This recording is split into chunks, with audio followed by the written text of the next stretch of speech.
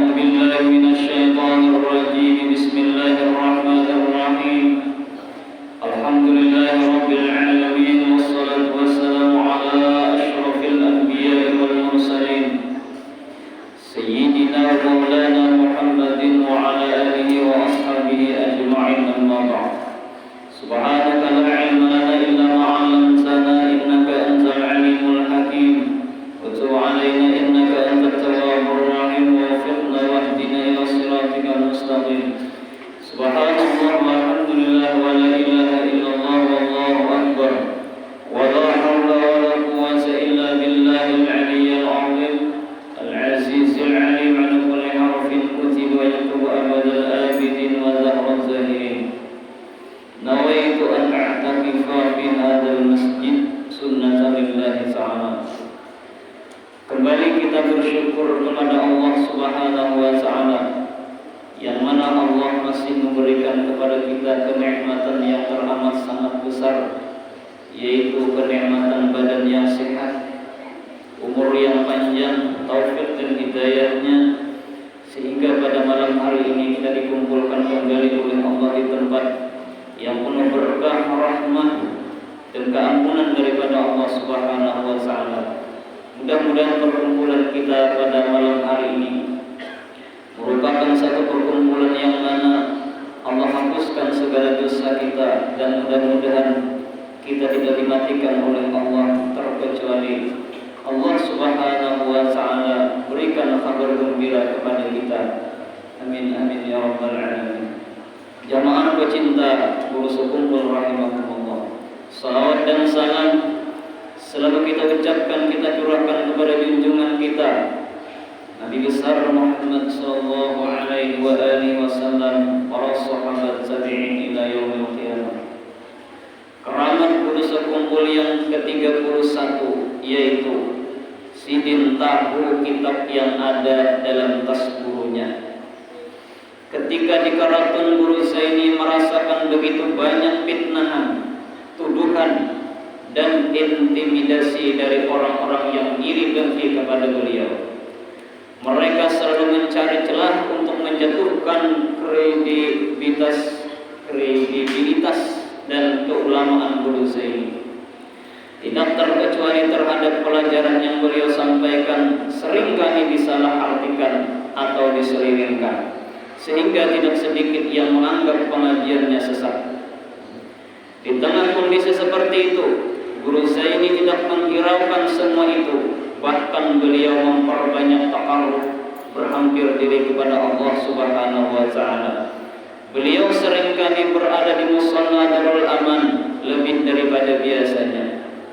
Suatu saat salah satu guru beliau menengoknya di musalla tersebut untuk menanyakan permasalahan yang sebenarnya. Sangat kebetulan ketika itu sang guru sedang membawa tas berisi kitab. Guru Zaini bilang, beliau berkata, masalah ini ada di dalam kitab Ihya yang ada dalam tasbihan itu.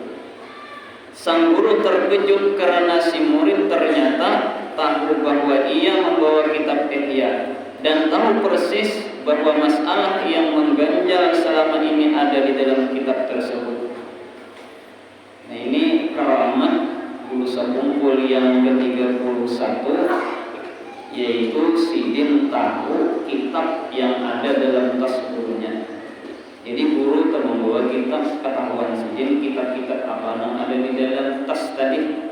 Nah, itu marahnya kasyaf, melihat walaupun tadinding dengan kitab. Jadi sidin nampian bawa itu kitab Ihya. Dan permasalahan yang ada sekarang ini dipecahkan di dalam situ, ada permasalahannya. Jadi hendak selesai masalah itu, Sidin ada jawabannya di dalam kitab Ihya Ulumuddin. Nah, ini ngarannya orang yang dibukakan Tuhan hati, mata hati. Kalau mata kita ini kan apabila terbimbing tidak melihat, tapi kalau mata hati itu tembus kemana-mana, sampai ke ujung dunia tembus mata hati kita ini. Dan jadi secara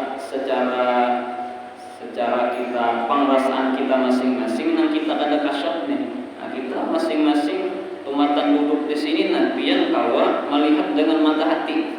Kalau dengan mata kan rumah pian ada kelihatan, tapi dengan mata hati pian melihat rumah pian begini pian dengan mata hati. Ini padu sini, ini wisi sini, ranjang sini. Nah kawa pian melihat, menghayal-hayalan andakan duit di sini.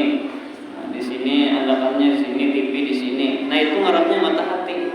Cuma mata hati kita ini ada seperti mata hati yang dipunyai oleh wali. Kalau wali itu tahu yang ada pada diri orang. Kalau mata hati kita sekedar tahu tentang masalah diri kita. Artinya napa-napa yang kita lihat di rumah kita. Nah, kita ingat di sini andakannya sini. Kita pandang dengan mata hati, kita kawa mengatakan, menghayalkan, melihat, menggambar-gambar di hati kita. Nah, tapi kalau rumah orang, nah kalau kita melihat. Nah, kalau orang yang dibawakan mata hati itu melihat.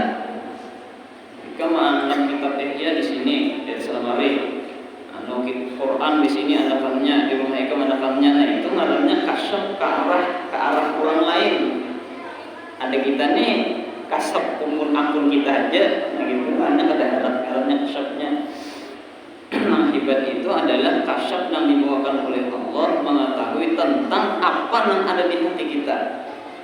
Kita datang ke rumah wali, tahuan sidin, ikamnya sidin datang ke rumah kami, kita doakan supaya sugih sidin. Ya ada, ya itu jurulannya tahu tentang hati kita.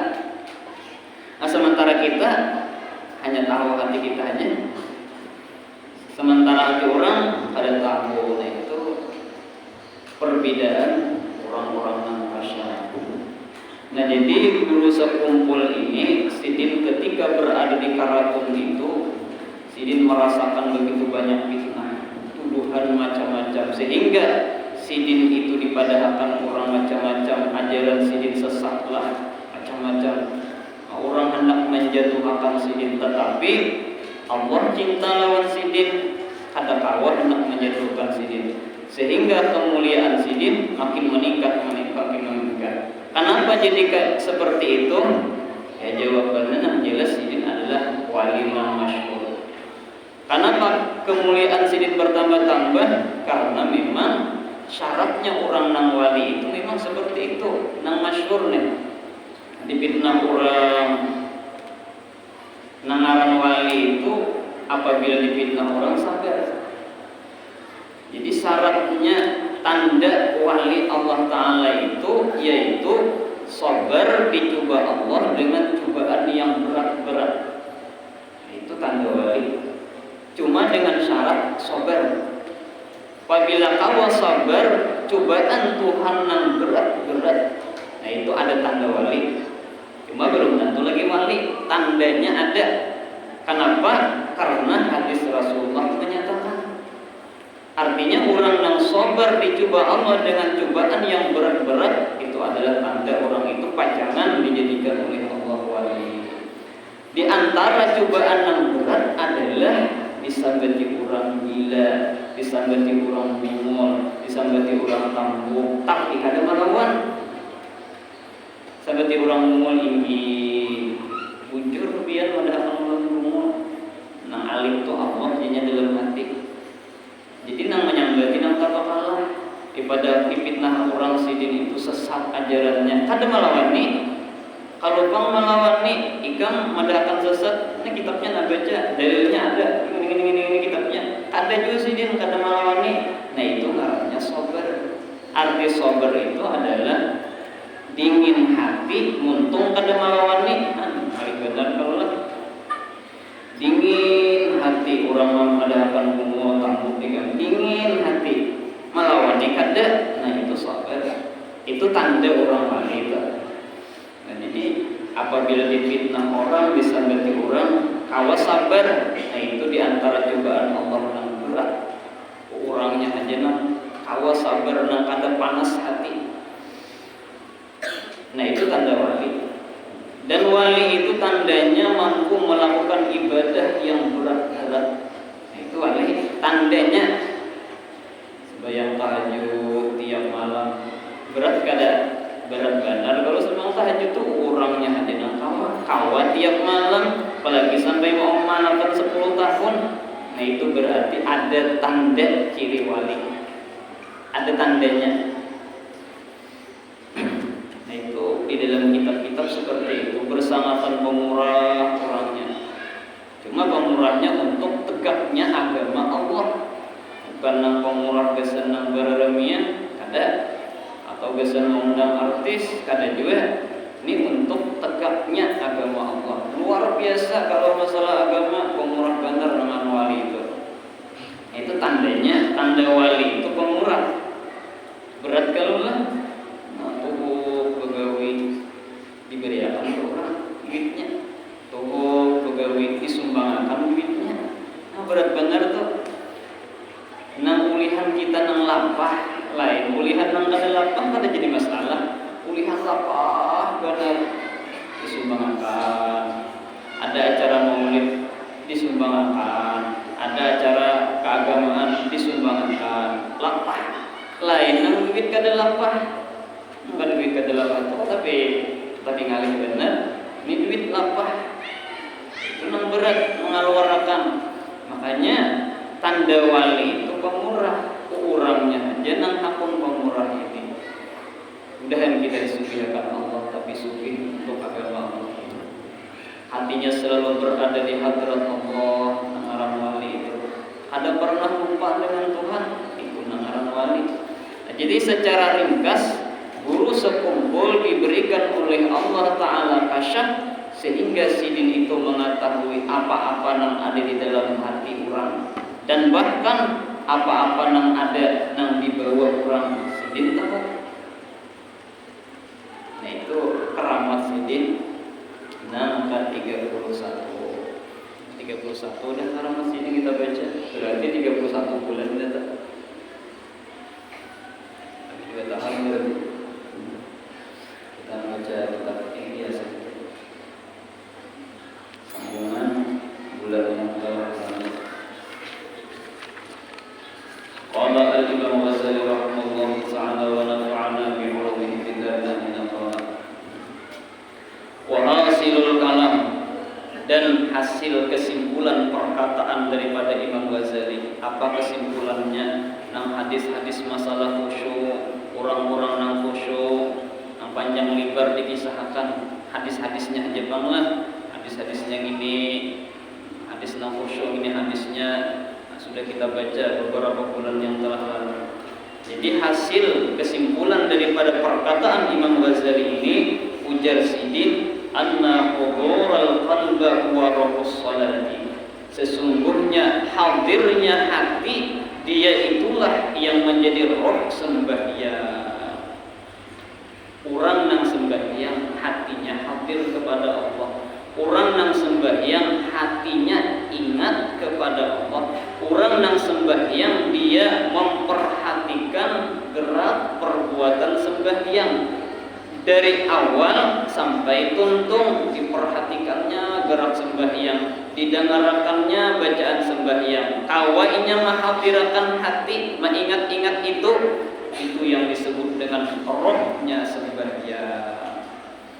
Jadi apabila kita sembahyang kada ingat dengan Allah, apabila kita sembahyang kada ma'itihi perbuatan sembahyang, apabila hati kita kada mengiringi bacaan kita, ada menyadari tentang bacaan kita, tumatan awal sampai tuntung sembahyang kada memperhatikan itu, kada ingat dengan Allah, berarti sembahyang itu kada beroh. Awak kita apabila kada beroh, mati sembahyang kada khusyuk, kada hadir hati, sembahyang mati. Maka oleh sebab itu ujar para ulama, sembahyang berjamaah, imamnya tadi ingat kada khusyuk, makmumnya beradaan kada khusyuk, dicatat Allah khusyuk. Luar biasa. Alhamdulillah kita sebulan salali berjamaah. Ada nang seminggu luar biasa, apalagi tiap hari, syukur alhamdulillah. Jadi hadirnya hati, ingatnya hati, ingat hati ini bisa ingat dengan Allah, bisa ingat dengan perbuatan sembahyang, Bisa ingat itu mengiringi apa yang kita baca? Banyak. Bismillahirrahmanirrahim. Alhamdulillahirabbil alamin. Hati alhamdulillahirabbil alamin. Sadar untuk membaca, hati sadar bahwa sedang membaca alhamdulillahirabbil alamin. Itu khusyuk juga. Termasuk khusyuk, cuma tingkatannya lain-lain khusyuknya. Apabila kau menggabungkan berataan, hatinya ingat kepada Allah, pikirannya tertuju kepada arah perbuatan sembahyang, inya kau mengartiakan arti yang dibacanya, itu luar biasa. Itu hubungan wali Allah Subhanahu wa taala seperti itu. Jadi apabila kau menggunakan berataan kayak aja, nah itulah nikmat Allah memberikan kepada hambanya sehingga kawa nang kita kada kawa. Bulannya tuh kawa, kita kada kawa. Itu kehebatan bulannya. Kita mengetahui hati orang kada kawa, bulannya kawa. Itulah kelebihan yang Allah berikan. Pada kawa kita mengingkari itu, memang itulah kehebatan Allah memberikan kepada hambanya yang dipilih oleh Allah. Nah, jadi kita melihat misalnya orang stroke. Nah, orang stroke itu kenapa jadi stroke? Nah, jadi orang nang sembahyang apabila kada ingat dengan Allah, maka itu diibaratkan orang nang mati. Apabila sembahyangnya itu ingat separuh, maka seperti orang nang stroke separuh. Apabila ingatnya pemulaan haja, Allahu Akbar, ingat lawan Allah, imbahnya kada ingat lagi, sama orang yang stroke seikungan, nanginya hanya bisa bernapas saja lagi. Allah. Nah, kau bernapas saja lagi, seluruh awaknya stroke, nang kau hanya bernapas. Nah, itu orang diumpamakan orang nang sembahyang, nang inya itu hanya ingat ketika takbiratul ihram. Ini sembahyang sorangan bila berjamaah lain lagi, itu ada kelebihan yang Allah berikan. Kalau kita sembahyang sorangan, ya tadi. Apabila kita kada ingat sabukuan dari awal sampai tuntung, nah itu kada hidup lagi, kayak orang mati. Sembahyangnya tuh kayak diibaratkan kayak orang mati, kada berfungsi lagi. Nah, jadi orang yang hadir hati ingat kepada Allah, dialah roh yang menjadi roh sembahyang. Apabila sembahyang itu ada rohnya, maka sembahyang itu akan membentuk kebaikan terhadap diri orang tadi. Orang di sembahyang khusyuk, lihat aja akhlaknya bagus, lawan orang tua bagus adabnya. Kenapa? Hatinya hadir, sembahyangnya itu ada rohnya. Apabila sembahyang ada berroh, hasil daripada sembahyang itu dilihat dari kehidupan. Kenapa aja orang tua itu? Nah, karena sembahyangnya ada rohnya. Makin banyak rohnya, makin luar biasa. Makin banyak rohnya, makin luar biasa. Artinya makin sempurna rohnya, makin luar biasa. Wa anna aqalla ma yabqa bihi ramruh al-wudu' inda takbir. Dan bahwasanya sekurang-kurang sesuatu yang tersisa dengannya roh diri, yaitu hadir hati di ketika takbiratul ihram. Ketika inya takbiratul ihram, Allahu Akbar, ingat lawan Allah, imbah itu kada ingat lagi, tersisa nang hanya tersisa rohnya itu seperti orang yang bernapas lagi. Rohi, roh diri. Orang kaya bernapas kayak mana? Kaya bernapas berarti tangannya mati kedua belahnya, betisnya mati kedua belahnya, awaknya mati. Nang kawa bernapasnya lagi. Nah, itu orang yang sembahyang ketika takbir hanya ingat kepada Allah. Ini diumpamakan seperti itu, ujar Imam Ghazali. Panuqsanu minhu halak, maka kurang daripada itu binasa. Apabila kita sembahyang kurang daripada itu binasa. Kita sembahyang nih misalnya takbiratul ihram kan diingat, sampai tuntung kan diingat lawan Tuhan, binasa sembahyangnya. Apa arti binasa? Sembahyangnya tadi kada diberi pahala oleh Allah. Mun sembahyang sorangan, pian sembahyang zuhur, sabukuan kada ingat lawan Allah, kada berpahala sembahyang pian. Cuma kewajiban pian selesai. Pian kada disiksa Allah, cuma kada dapat pahala. Mana hakulnya juga pian? Lawan kada sembahyang. Hakulnya memang kada sembahyang, ada dua pahala juga. Disiksa Tuhan, pahala kada dapat, mana disiksa. Mun sembahyang kada disiksa, biar kada dapat pahala, biar kada masuk surga, cuma kada disiksa, tanyaman juga. Jadi baik sembahyang juga tuh. Cuma sembahyang ada jalannya berjamaah, supaya sembahyang kita itu ditulis oleh Allah Taala. Ini bisa juga nung salah arti. Kok jangan ada pahala juga. Baik ada sembahyang salah kali.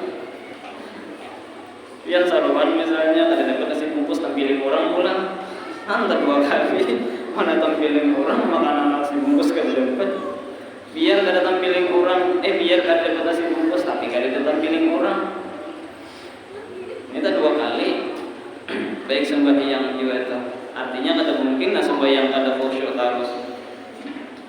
Seumuran misalnya. Jadi sekadar khusyuk itulah, sekadar itu Allah memberikan pahala dan kenikmatan di dalam surga. Nah itu daripada segi sembahyang. Lain amalan yang lain misalnya menyumbang kayak itu lain bisa pulang ya sembahyang.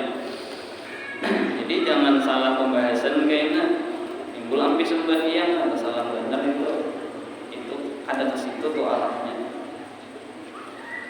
Wa bi qadri ziyadah alaih, dan dengan kadar bertambahnya atasnya ingat, tambah situ roh, maka bertambahlah lapang roh itu bi ajzai sholati, pada juzu angguk, dapat daripada juzu sembahyang.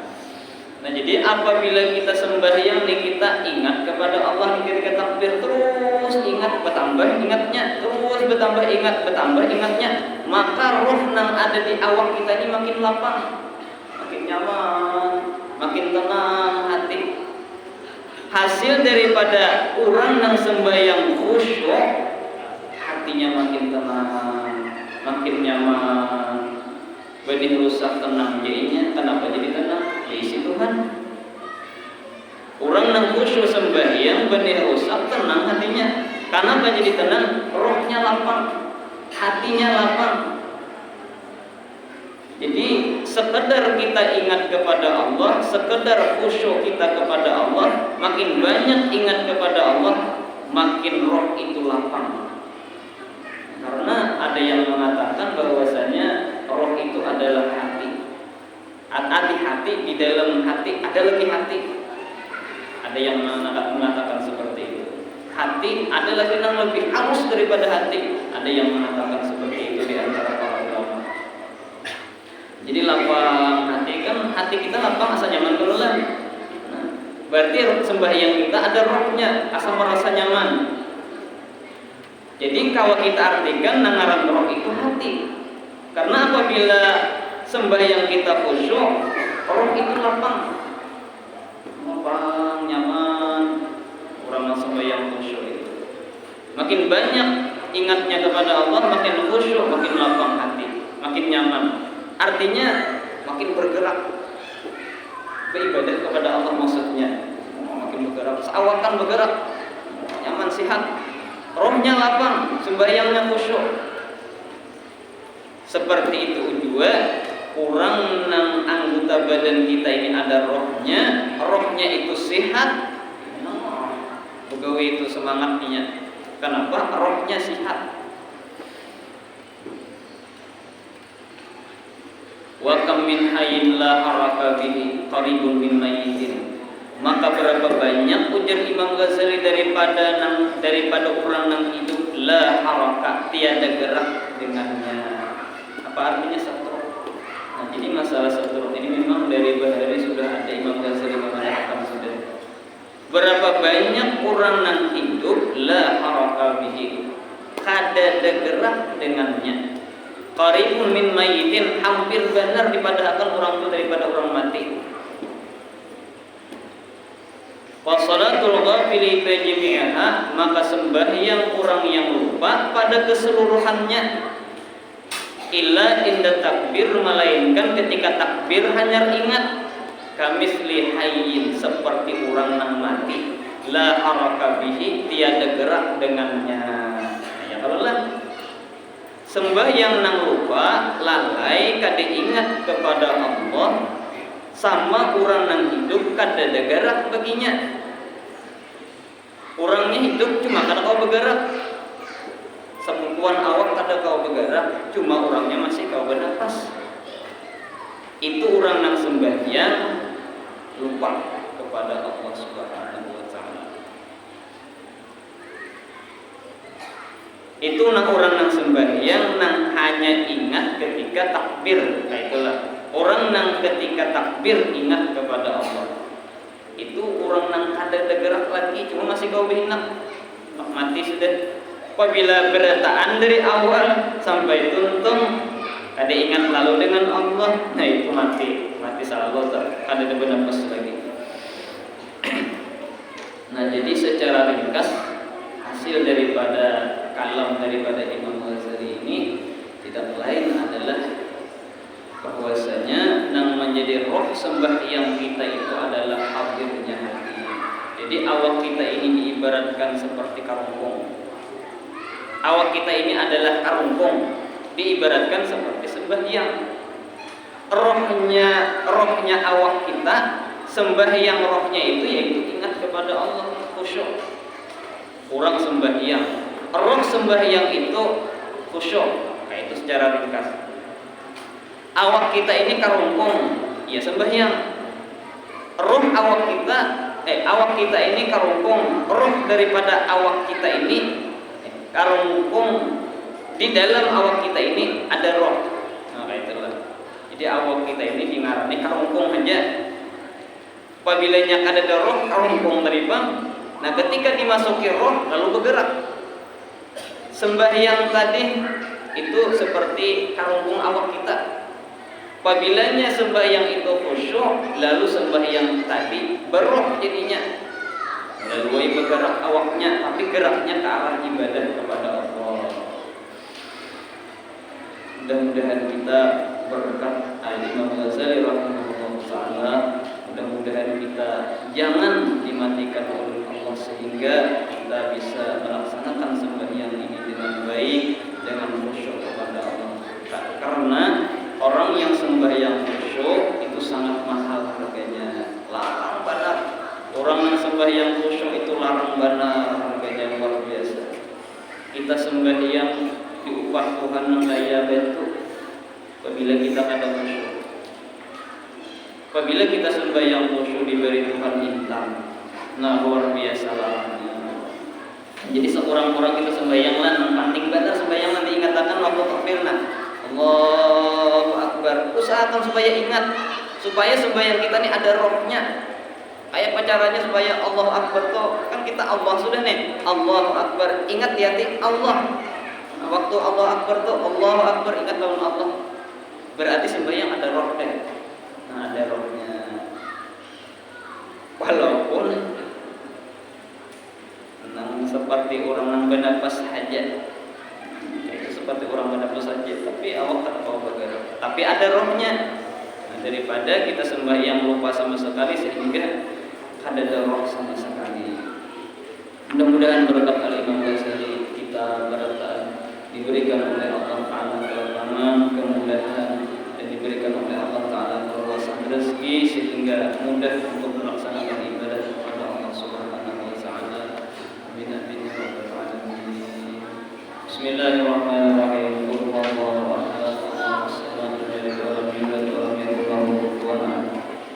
Bismillahirrahmanirrahim.